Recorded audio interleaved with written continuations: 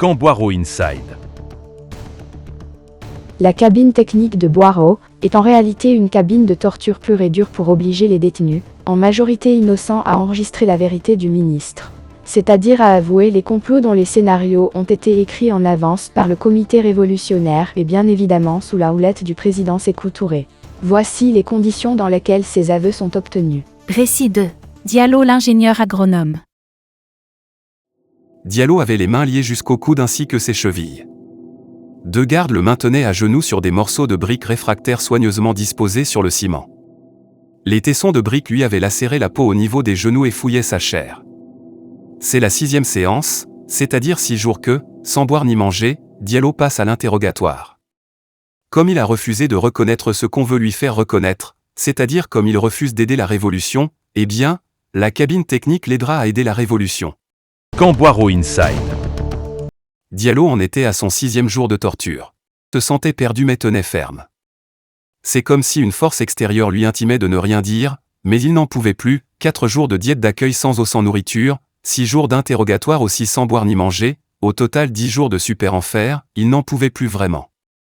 Depuis le 2e jour de l'interrogatoire, on ramène Diallo toujours évanoui dans sa cellule. Parfois il revenait à lui et se retrouvait encore ligoté. Le fil électrique pénétrait sa chair et s'y perdait, alors il se remettait à hurler sans larmes, une sorte de colle épaisse engluait sa langue et sa gorge. Après cette 6e séance, revenu à lui, il fit une prière d'adieu. « Je préfère mourir, mon Dieu. Rappelle-moi à toi, ne me laisse pas plus longtemps dans les mains de ces bourreaux qui ne te connaissent pas. Tu m'as donné le courage jusqu'à ce jour mais je ne tiens plus à vivre. La mort vaut mieux. » Camp Boiro Inside. J'ai en ce moment plus de courage pour mourir que de voir de mes yeux mes tortionnaires. Tu sais bien, mon Dieu, que je ne peux pas dénoncer tout ce qu'ils m'ont donné à dénoncer. Ils sont innocents comme moi. Rappelle-moi à toi ce soir, parce que je ne veux pas aller demain dans la cabine technique. Ainsi pria Diallo. Sa cellule, comme par hasard, se trouvait entre la Bible et le Coran. À sa gauche, la cellule 65 est occupée par Monseigneur Tchidimbo, archevêque de Conakry, transféré de la prison de Alpha Yaya à celle de Boiro. À sa droite, c'est la cellule de El Hadj Fofana, la cellule 67. Nous sommes au bloc et non au poste X. Au moment où Diallo faisait sa prière, il pleuvait légèrement. Nous sommes en juillet 1971, le 22 exactement. Diallo est ingénieur agronome. Les murs de sa cellule sont plutôt nus pour ne pas dire lisses. Pas de traces de lichen, à plus forte raison d'un pot de fleurs. Il aurait aimé plonger son nez dans les dessous d'une tulipe pour sentir autre chose que l'odeur du sang et celle de la profondeur des entrailles remuées, tripotées par l'aveugle douleur ou la psychose de la prochaine douleur. Camp Boiro Inside. Diallo, couché sur le dos, meurtri, les genoux lacérés par les brisures de briques, se tourna vers la Bible et posa la question qui le tenaillait depuis le 3e jour de son interrogatoire. « Monseigneur. Monseigneur. » appela faiblement Diallo. « Oui, mon fils. Demain je passe pour la 7e fois dans la cabine. Dois-je mentir sur ce qu'on me demande de faire venir ou accepter de mourir sous la torture? Sauvez mon fils, votre âme, selon vos moyens. Acceptez ce que ces gens vous demandent. Même en mentant? Même en mentant, mon fils. Vous ne mentez pas librement, vous êtes à leur merci. Ce sont des bourreaux. Dieu est seul juge de vos décisions, mon fils, mais vous devez sauver l'âme qu'il vous a confiée. Courage, mon fils. Diallo n'était pas satisfait. Il se tourna alors vers le Coran. El Hadj Fofana, comme l'archevêque de Conakry, ne dormait pas. Il priait. Il était 3 heures du matin. Diallo l'appela faiblement. « El Hadj ? Oui, mon enfant. J'ai suivi mon enfant. Ce que Monseigneur t'a dit, c'est ce que je vais te répéter, l'âme est à Dieu, il nous l'a confiée.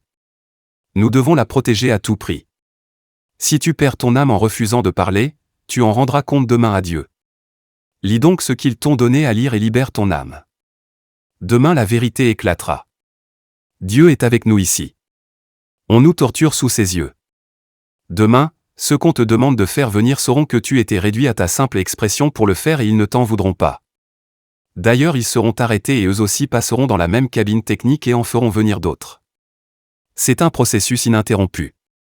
Dieu seul nous sauvera et sauvera ce pays. Tu as compris, mon fils ? Camp Boiro Inside. Aucune réponse. Diallo pleurait. Ainsi, il va faire venir ses amis, ses frères innocents qui ne se doutent de rien. Tu as compris, mon enfant? Diallo se moucha. El Hadj Fofana comprit qu'il pleurait. La pluie avait cessé de tomber. Le camp était très calme. Il faisait chaud dans les cellules. Les 20 mètres du mur de l'enceinte de la prison arrêtaient l'air qui venait de l'océan Atlantique tout proche. Tout le bloc se trouve dans cette cuvette. Camp Boiro Inside. La corniche passe derrière l'enceinte. Cette enceinte de la prison se trouve dans celle de tout le camp de la garde républicaine. Le lendemain à 20h, on ne vint point chercher Diallo pour la cabine. Il a passé le reste de la nuit et toute la journée qui suivit à méditer sur les conseils des porte-paroles de l'église et de la mosquée. Il finit par prendre son parti. J'opte pour la mort mais je ne dénoncerai personne. Camp Boiro Inside. Toujours est-il que le surlendemain, on ne vint point le chercher. On lui apporta même, contre toute attente, un peu de quinqueliba chaud. Monseigneur Tchidimbo et El Hadj Fofana faisaient désormais attention à leur enfant, tous deux prêtaient l'oreille pour savoir si l'on ne venait pas le chercher. Mon fils. Oui, monseigneur. Ils ne sont pas venus? Pas encore. Je crois que tu es sauvé, moi je ne crois plus en rien. Je n'ai plus foi qu'en la douleur, oui à l'étrange douleur qui perce ma peau, suce mon sang, mange ma chair, broie mes os et aspire ma moelle avec plaisir. Camp Boiro Inside. Espérance. Je vous dis, monseigneur, que je ne crois plus en rien sinon qu'en la douleur. Si les gardes ne sont pas venus hier, s'ils ne viennent pas aujourd'hui, et, bien, demain c'est sûr qu'ils viendront. Votre espérance, elle, ne sera pas au rendez-vous. Ne blasphème pas, Diallo. Dieu est avec toi mais tu l'ignores. Ne sois pas ingrat à son endroit. Ne perds pas ta foi parce qu'on t'a percé la peau. Camp Boiro Inside. Et on a mis le courant sur mon sexe et je pisse du sang en ce moment. Ça ne vous dit rien?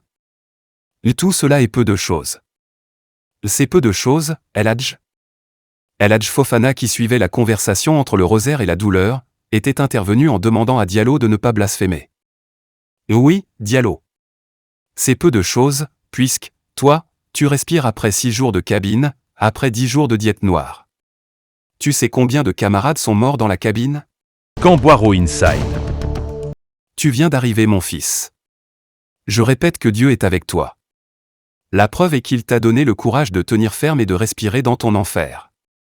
À Monseigneur et à moi il n'a pas donné la moitié de ton courage. Dès que j'ai vu la cabine, j'ai pris Allah le Tout-Puissant et j'ai préféré lire ce qu'ils ont écrit plutôt que de souffrir inutilement.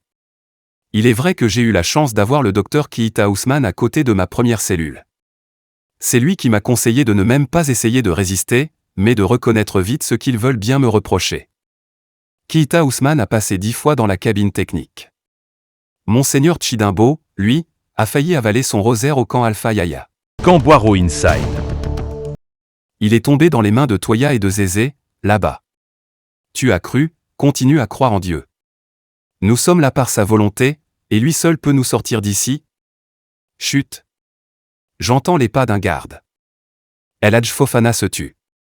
Diallo était toujours étendu sur le dos, les bras croisés sous sa tête. Il fixait le plafond et prêtait l'oreille.